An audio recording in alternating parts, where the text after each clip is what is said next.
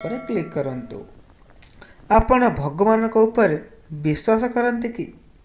सबुठारु बड़ कथा है आम देश रे एभली अनेक अलौकिक घटना रही जहा आमको भगवान का उपस्थिति विषय इशारा दिए।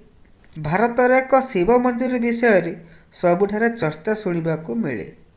आउ कुहा जाए एठारे स्वयं भगवान अवस्थान करुछन्ते। कुहा जाए जे एठारे नंदी प्रतिमूर्ति क्रमागत भाव में वृद्धि पाउछि। भारतर अनेक मंदिर रहस्य रे परिपूर्ण। एथिमध्यरु गोटिए हेउछि आंध्र प्रदेश कुर्नूल जिले में अवस्थित श्री यागंती उमा महेश्वर मंदिर। एहाकु पंचदश शताब्दी रे सांगामा राजवंशर राजा हरिहरा बुका निर्माण करथिले। एठारे उपस्थित थिबा नंदी प्रतिमूर्ति पई एही मंदिर सबुठारु चर्चा खाउंटुछि।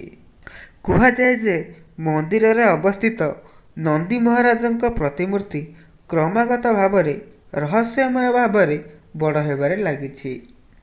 नंदी मूर्तिर आकृति प्रति 20 वर्ष रे प्राय 1 इंच वृद्धि पाउछि एवं एही कारणरू मंदिर अनेक स्तंभ मध्य हटाइबाकू पड़ेछि। कुहा जाए जे नंदी मूर्तिर मूल आकार बहुत छोट थिला, किंतु जेतेबेले एहार आकार बढ़िबारे लागिला प्राचीन विभाग एहा उपरे गवेषणा कले। अनुसंधानरू एहा जणा पड़िछि जे नंदी प्रतिमूर्ति एपरि पत्थररू तैयारी होइछि जहार विस्तार हेबार प्रवृत्ति अछि। कुहा जाए जे प्राचीन काल रे ऋषि अगस्त्य एही स्थान रे भगवान वेंकटेश्वर मंदिर निर्माण करबाकू चाहुथिले, किंतु मंदिर रे प्रतिमा स्थापन करने समय रे मूर्तिर आंगुठी नख भांगी जाइथिला। एहा परे ऋषि अगस्त्य भगवान शिवଙ୍କ ପାଇଁ तपस्या କରିଥିଲେ। एहा परे भगवान शिवଙ୍କ आशीर्वाद रे ऋषि अगस्त्य उमा महेश्वर एवं नंदी प्रतिष्ठा कले।